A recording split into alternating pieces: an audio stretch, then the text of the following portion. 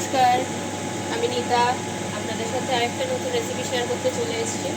হয়তো অনেকেই জানেন, আবার অনেকে নাও জানতে পারেন। তো আমার লাঞ্চের মেনুতে এটা থাকবে, তাই আমি ভাবলাম শেয়ার করি। সামান্য একটু তেল নিয়ে নেব, অল্প তেলে যেহেতু রান্না করি আমি সব সময়, তাই অল্পই নেব।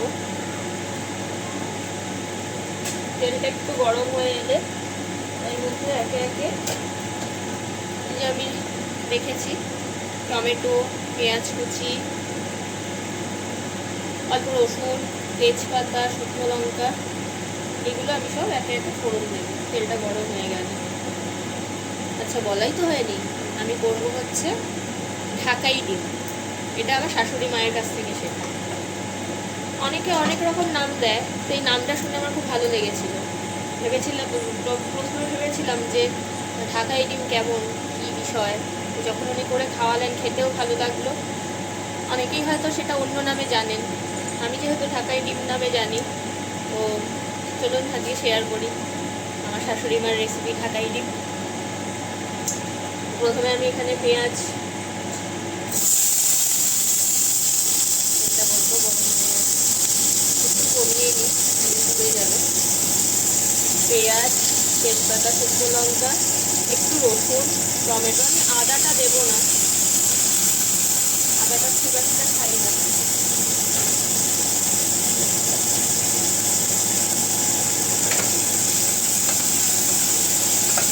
নাড়িয়ে চাড়িয়ে নিই, একটু ভাজা ভাজা করবো।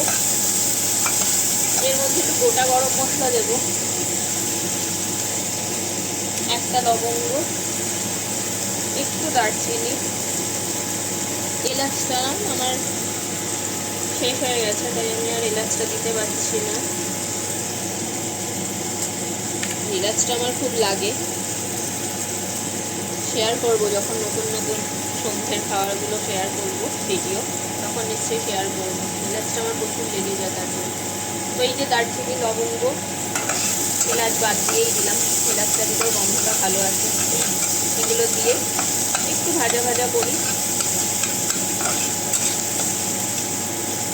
এই ডিমে আমি আলু দেবো না,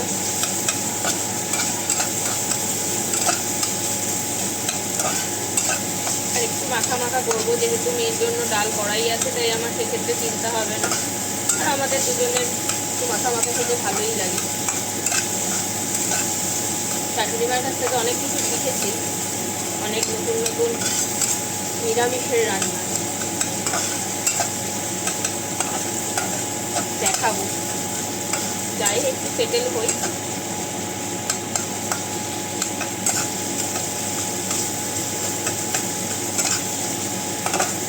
এটা আমার শাশুড়ি মায়ের কাছ থেকেই শিখলাম, ভালো লাগে খেতে, বাচ্চারাও ভালোবাসবে। বাচ্চা বড় সবারই প্রিয়, ডিম বলে কথা, ডিম তো সবারই মোটামুটি ভালো লাগে। তো চলুন আমি এটা একটু ভাজা ভাজা হোক, আমি ডিমগুলো হাতের সামনে নিয়ে নিই।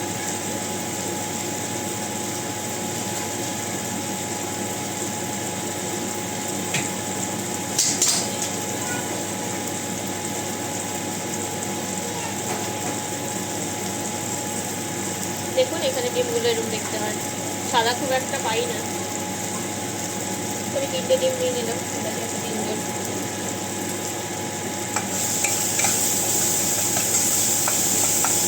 ভাজা ভাজা হয়ে গেছে, কষা গন্ধটাও চলে গেছে।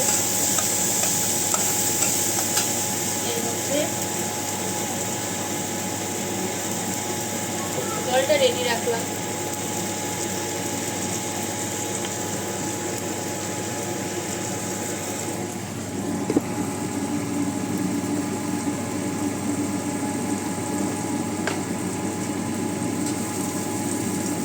অল্প নুন,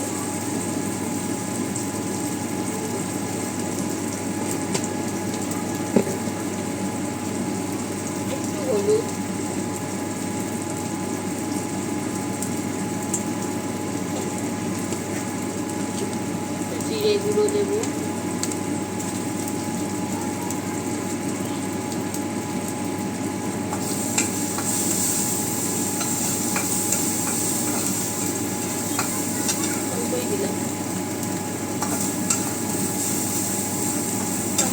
জল দিয়ে দিই, পরিমাণটা একদম কম তো পড়ে যাচ্ছে।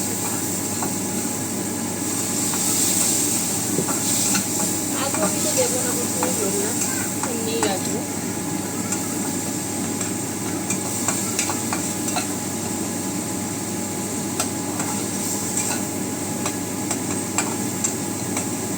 মশলাটা কষা হয়ে গেছে,